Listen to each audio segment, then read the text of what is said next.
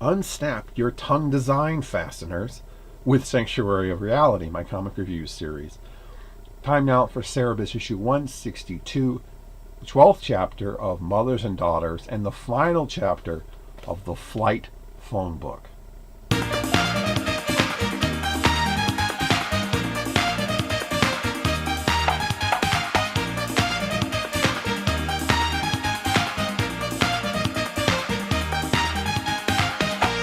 The ninth sphere dissipates, sending Cerebus's astral self back into his larger self down below.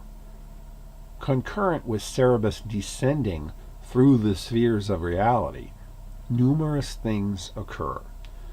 Punisher Roach meets Blossom, a prostitute moral purity clinician who gives him the ride of his life to the point that he turns into 4 all new, all different Roach personalities.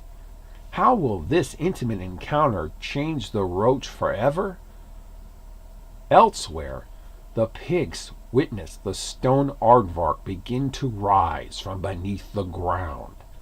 Are all their prophecies and legends finally coming true? Meanwhile, Nissus Thatcher informs Siren that the Golden Sphere has increased itself in size dramatically, and all problems with it have been resolved. What will be her reaction to her dream beginning to come true? Lord Julius runs out of room to hide from his assassin. Will an unlikely hero rise to his rescue? The people of the city of Eos talk amongst themselves about what side they'll be on now, and Cerebus makes his way back into this plane of existence. Who will witness his rebirth?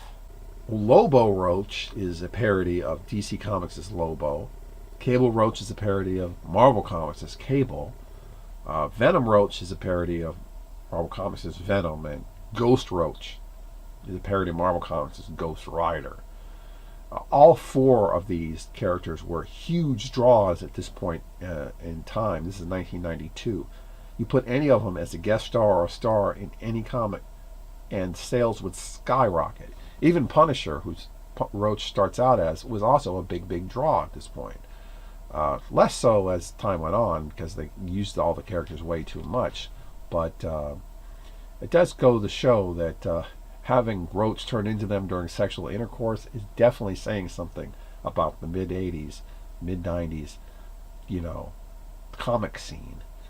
We'll get more of that soon with the Roach's identity crisis heating up as we go along throughout the rest of Mothers and Daughters.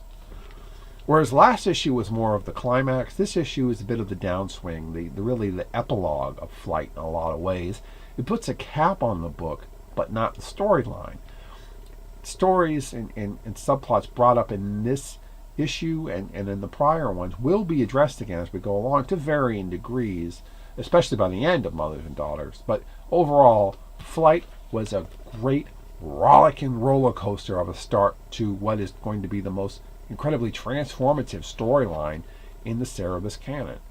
It's certainly not the best place to begin your Cerebus reading journey, but if you've come this far with the book, I don't see any reason why you wouldn't want to continue. In fact, just the opposite. It's enticing to learn more about where everything is going.